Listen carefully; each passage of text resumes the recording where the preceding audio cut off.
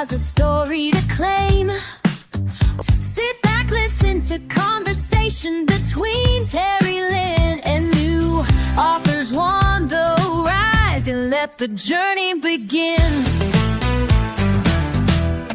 Hello, friends, and Happy New Year. I'm so glad you're here with me today. Truly. Whether you're listening while driving, folding laundry, resting, or sitting quietly with a cup of coffee, I don't take it lightly that you've chosen to spend this time with me. As we step into this brand new year together, I want to begin by saying how much I hope you and your loved ones had a blessed Christmas and a truly joyous holiday season. I certainly did. Time with Cuddles and the rest of my family was exactly what my heart needed. Those moments, simple ones, quiet ones, joyful ones, are the ones I treasure most. I'm incredibly grateful for the opportunity we had to slow down, reconnect, laugh, rest, and simply enjoy being together without the rush of everyday life pulling us in 100 different directions. The holidays have a beautiful way of gently reminding us what really matters. They invite us to pause, not just from our busy schedules, but from the constant noise that surrounds us every single day. The emails, the news, the notifications, the rushing, the endless to-do lists that never seem to end. That space between Christmas and the New Year feels especially meaningful to me. It's a quieter space, a softer space, a space where reflection feels natural instead of forced. It's a time to breathe deeply and ask ourselves important questions. Where have I been? What has this past year taught me? What moments stretched me? What moments healed me? And maybe most importantly, where do I feel led to go next? This first week of the year feels like a soft reset, not pressure, not a long list of resolutions we feel guilty about by February. Just a fresh start. There's something deeply comforting about opening a brand new calendar and seeing blank pages filled with possibility. Moments yet to be lived, stories yet to be written, prayers yet to be answered, and blessings we haven't even imagined yet. It reminds me that God isn't finished writing our stories, even when we sometimes feel tired or unsure. And I promised you that on the first Monday of each month, I would give you a little behind-the-scenes look at my writing life. So today, that's exactly what this is. No polish, no perfection, just an honest glimpse into what's been happening behind the scenes and inside my heart. One thing I've been reflecting on lately is how much noise we allow into our lives, especially background noise. The kind we get so used to that we don't even realize how much it affects us. Noise that fills the room but also fills our minds. Noise that pulls our attention away little by little until we're exhausted and don't quite know why. This year, I decided to make a small but intentional change. I turned the TV off while I work and started listening to music instead. But not just any music. I started listening to the Christian radio station K-Love. First, it was simply something different. Change of pace. But very quickly I noticed a shift, not just in my focus but in my heart. The music, the messages, the encouragement woven between the songs. They felt grounding, peaceful, steady. I guess you could say I'm intentionally letting God more into my daily life, not just in prayer, but in the ordinary moments while I work, write, and create.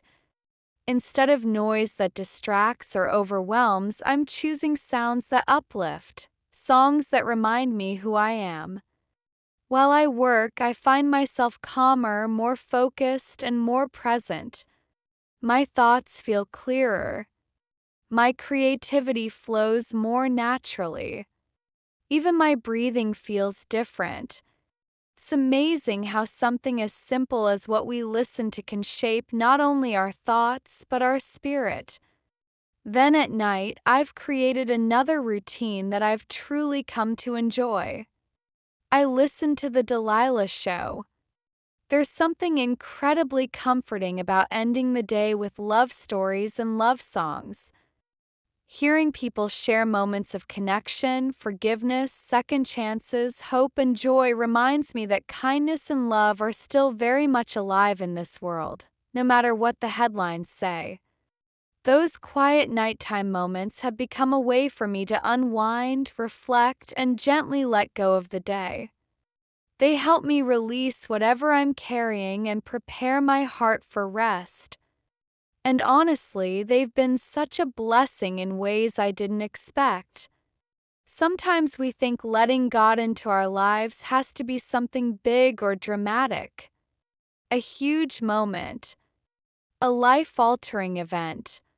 But I'm learning that it can also be gentle, found in music, in stillness, in routines, and in the quiet moments where we intentionally make space for Him. That same sense of intention has carried over into my creative work.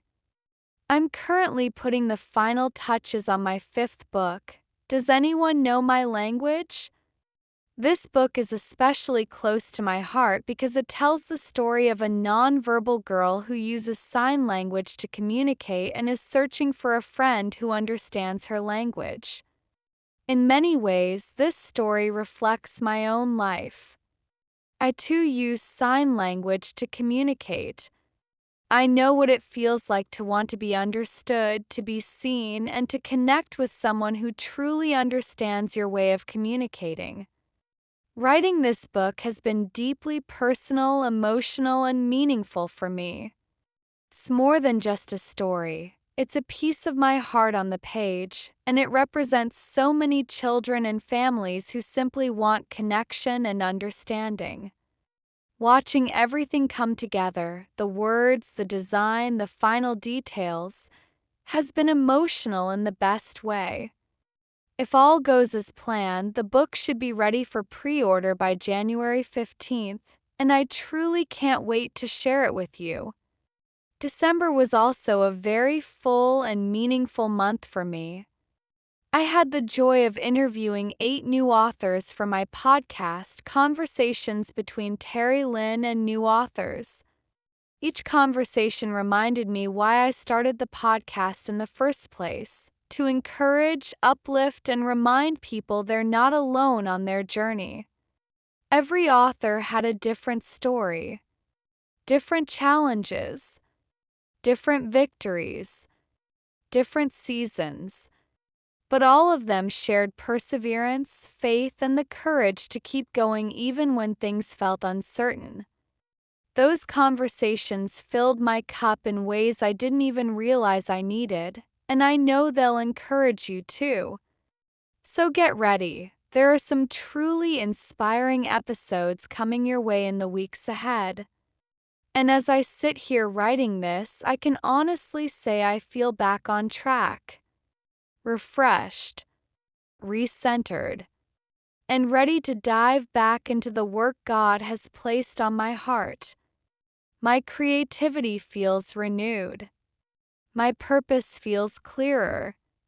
And I'm excited to get back to writing, creating, and sharing stories that matter.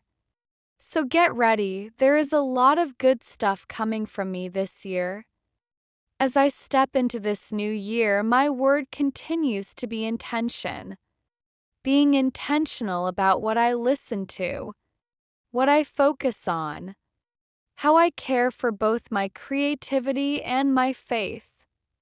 Life can be loud, but this year I'm choosing peace, purpose, and presence.